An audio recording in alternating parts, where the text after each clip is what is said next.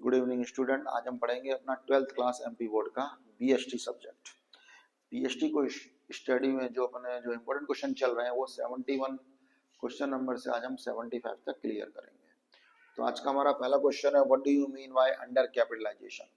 आप under capitalization यानी कि अल्प पूंजीकरण से क्या समझते हैं? When the invested capital of a company is less than the capital actually required, it's called under capitalization. जब वास्तव में हमें जितना पैसा बिजनेस में चाहिए या जितनी पूंजी बिजनेस में चाहिए, हमने उससे कम पैसा अगर अपने बिजनेस में लगा रखा है, तो ऐसी सिचुएशन को ही हम अंडर कैपिटलाइजेशन यानी कि अल्प पूंजीकरण कहते हैं। या हमारा बिजनेस खूब अच्छा प्रॉफिट कमा रहा है, खूब अच्छा प्रॉफिट कमा पा रहा है, लेकिन हम उस हिसाब से अपने बिजनेस में पैसा नहीं लगा पा रहे हैं जिस हिसाब से हमारा बिजनेस हमें प्रॉफिट कमा के दे रहा है। तो ऐसी सिचुएशन को अपन लोग अंडर कैपिटलाइजेशन मतलब अल्प पूंजीकरण कहते हैं। आज का हमारा next question number 72, right the objectives of the advertisement. विज्ञापन के उद्देश्य बताइए। तो विज्ञापन का जो पहला उद्देश्य है, टू इंक्रीज द सेल्स। हम विज्ञापन क्यों करते हैं? अपनी बिक्री को बढ़ाने के लिए। Next, to create awareness and interest in the company product. हम विज्ञापन इसलिए भी करते हैं ताकि लोगों का जो हमारा प्रोडक्ट है उसमें इंटरेस्ट बना रहे। अगर हम अपने प्रोडक्ट के बारे में लोगों को ज़्यादा से ज़्यादा जानकारी देंगे तो लोगों का हमारे प्रोडक्ट में इंटरेस्ट बना रहेगा और हमारे प्रोडक्ट के प्रति वो जागरूक होंगे और हमारा जो प्रोडक्ट है वो अपने आप बिकेगा। इन्फॉर्मिंग पोटेंशियल बायर्स, जिसमें कैपेसिटी या क्षमता है हमारा प्रोडक्ट खरीदने की, हम अपने प्रोडक्ट का इस हिसाब से अपना बड़ा चढ़ा करके प्रचार या एडवर्टाइजमेंट करेंगे कि जो कस्टमर है हमारे प्रोडक्ट को ज़्यादा से ज़्यादा लेने के लिए तैयार हो जाए। Next, the demonstrating the benefits from the product use. अगर कोई कस्टमर डेमो वगैरह चाहता है तो हम उसको डेमो वगैरह भी करके दिखा सकते हैं अपने प्रोडक्ट का। जैसे आरओ वगैरह होता है, वाटर प्यूरिफायर जो करता है, पानी को साफ करता है, हम कस्टमर को अपना जो आरओ है उसमें से पानी वगैरह प्यूरिफाई करके अपने कस्टमर को दिखा सकते हैं कि आरओ की मशीन है, ये इस तरह से पानी को प्यूरिफाई करती है। तो अब जब तक हम कस्टमर को डेमो वगैरह नहीं करके दिखाएंगे अपना प्रोडक्ट का, तब तक वो लेने के लिए तैयार नहीं होता है, फिर वो सेटिस्फाई नहीं होता है। तो विज्ञापन में एक डेमो भी दिया जाता है कस्टमर को, showing how a product should be used. हम एडवर्टाइजमेंट में अपना जो प्रोडक्ट है उसके बारे में लोगों को ये भी बताएंगे कि आप हमारे प्रोडक्ट को किस प्रकार से इस्तेमाल कर सकते हैं। आज का हमारा नेक्स्ट क्वेश्चन है, question number 73, right the features of personal selling. आप व्यक्तिगत विक्रय की विशेषताएं बताइए। Right the features of personal selling. Direct sales, there is a face to face contact between seller and purchasers. तो जो पर्सनल सेलिंग होती है, व्यक्तिगत विक्रय बोलते हैं उसको हिंदी में। व्यक्तिगत विक्रय में क्या होता है, माल बेचने वाला और माल खरीदने वाला दोनों ही आपस में सामने खड़े होकर के बातचीत करते हैं। हम अपने कस्टमर को माल बेच रहे हैं, अगर उसका कोई भी डाउट वगैरह है तो वो हमसे माल के गुड्स के बारे में पूछ सकता है। दूसरा है पर्सनल रिलेशन। जैसे हमारे गली मोहल्ले में जो दुकानें होती हैं, हम डायरेक्ट उनके पास जाकर के माल परचेज करते हैं। तो इससे क्या होता है, इससे हमारे और उसके जो रिलेशन है वो धीरे धीरे अच्छे होने लगते हैं। हमारे उससे जो कांटेक्ट है वो बहुत अच्छे हमारे उसके संबंध बन जाते हैं और कभी कभी वो हमें उधार भी दे देता है। Next, knowledge of product. Seller explain the uses and merits of products to consumers. Personal selling में जैसे हम किसी मोबाइल के शॉप वगैरह पे जाते हैं और हमें कोई मोबाइल खरीदना है, तो हम मोबाइल के बारे में जितने भी क्वेश्चंस वगैरह हमारी जो क्वेरीज होती हैं वो हम सेलर से पूछते हैं और सेलर हमारे सारे डाउट क्लियर करता है। तो हमें इससे प्रोडक्ट के बारे में ज़्यादा से ज़्यादा जानकारी मिल सकती है। नेक्स्ट है हमारा टू वे कम्युनिकेशन। जब भी हम कोई मोबाइल वगैरह परचेज करने जाते हैं तो हमारे जितने भी क्वेश्चन या क्वेरीज वगैरह होती हैं हम दुकान वाले से पूछते हैं और वो हमें बताता रहता है। तो इसमें टू वे कम्युनिकेशन हो रहा है। हम तुरंत हमारे जो डाउट है वो सेलर से पूछ रहे हैं और तुरंत दुकान पे जो माल बेचने वाला है वो हमारे सारे डाउट्स क्लियर कर रहा है। नेक्स्ट है हमारा oral conversation. There is a oral conversation between the seller and purchaser regarding their quality of the product. हमारे और उसके बीच में जो वार्तालाप हो रहा है वो ओरल हो रहा है, मौखिक हो रहा है।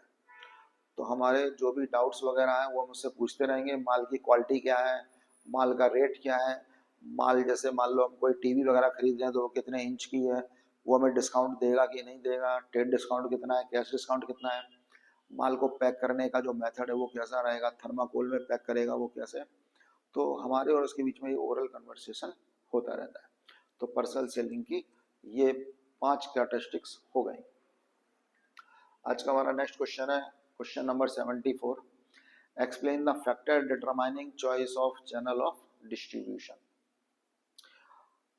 Explain the factor determining choice of channels of distribution. अगर हमें अपने माल को बांटना है या घर घर ले जाकर के लोगों को देना है तो इसके लिए हमारे या फिर हमें कौन सा फैक्टर चूज करना चाहिए, या फिर इसी में क्वेश्चन क्या है, what point should be keeped in mind while selecting the media of the advertisement. या फिर हमें अपने माल का अगर विज्ञापन करना है तो हमें कौन सा माध्यम चुनना चाहिए। तो इसमें पहला है हमारा नेचर ऑफ मार्केट। हमें पहले मार्केट का नेचर पता लगाना पड़ेगा। Nature of market the place where customer lives. Nature का मतलब होता है कस्टमर कहाँ पर रहता है। Advertisement should be done through medium that it reaches customer. हमें विज्ञापन इस प्रकार से करना चाहिए कि हमारा जो विज्ञापन का माध्यम है ना वो लोगों के घर घर तक पहुंच सके। Next, distribution system. हमारा जो विज्ञापन वगैरह है वो इस हिसाब से या इस तरीके से होना चाहिए। while selecting the media of the advertisement the distribution should be kept in the mind। हमें अपने प्रोडक्ट का विज्ञापन करते समय हमें ये मालूम होना चाहिए या फिर हमें ये ध्यान में रखना चाहिए कि हम अपने प्रोडक्ट को वितरण यानी कि डिस्ट्रीब्यूशन कैसे करेंगे। इस चीज को हमेशा अपने माइंड में हमें रख के चलना चाहिए। हमारा नेक्स्ट पॉइंट है media cost. The media should be selected which is comparatively cheap. हम अपने प्रोडक्ट का अगर एडवर्टाइजमेंट करने जा रहे हैं या फिर करवाना चाहते हैं तो हमें अपने प्रोडक्ट का एडवर्टाइजमेंट ऐसा करना चाहिए कि हमारा खर्चा कम से कम हो। नेक्स्ट है नंबर ऑफ ऑडियंस। अगर हम अपने प्रोडक्ट का एडवर्टाइजमेंट कर रहे हैं तो हमारा जो प्रोडक्ट है उसका जो एडवर्टाइजमेंट है ज़्यादा से ज़्यादा लोगों तक पहुंचना चाहिए। Audience number here means to whom the advertisement is and what is the number.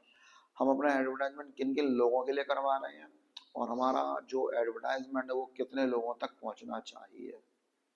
जैसे पुराने टाइम पे दूरदर्शन यानी कि DD1 चलता था, तो अगर हम DD1 पर एडवर्टाइजमेंट करवा रहे हैं तो मोस्टली पूरे इंडिया में हमारा वो जो एडवर्टाइजमेंट है वो पहुंच जाता था। और अगर अपन लोकल में ही करवा रहे हैं तो हमें जो लोकल का जो पेपर वगैरह आता है उसमें हमें या फिर हम पैम्पलेट वगैरह छपवा दें तो हमें ऐसी चीज़ों पर अपना जो एडवर्टाइजमेंट है वो करना चाहिए। आज का हमारा नेक्स्ट क्वेश्चन है question number 75। Right the difference between brand and trademark. आप ब्रांड और ट्रेडमार्क में अंतर बताइए। ब्रांड और trademark, registration is not necessary. जो ब्रांड है उसका रजिस्ट्रेशन करवाना जरूरी नहीं है, लेकिन जो ट्रेडमार्क होता है रजिस्ट्रेशन इज नेसेसरी। ट्रेडमार्क का रजिस्ट्रेशन आवश्यक है, हमें ट्रेडमार्क का रजिस्ट्रेशन करवाना ही पड़ेगा। Brand are not statutory.